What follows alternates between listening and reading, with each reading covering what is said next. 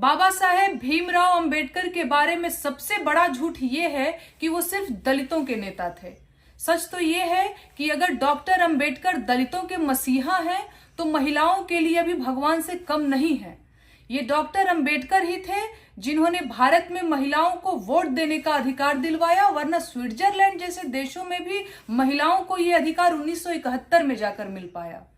जिस जमाने में महिलाएं चार दीवारी में बंद रहा करती थी, डॉक्टर अंबेडकर ने उस दौर में कामकाजी महिलाओं को मातृत्व अवकाश दिलवाया, वरना अमेरिका जैसे देश में भी महिलाओं को यह अधिकार 1993 में मिला।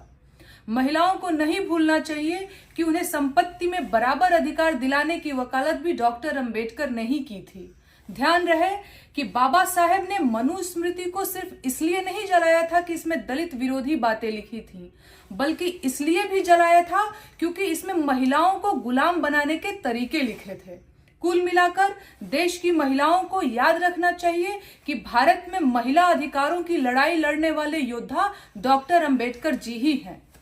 जय भीम, जय भारत।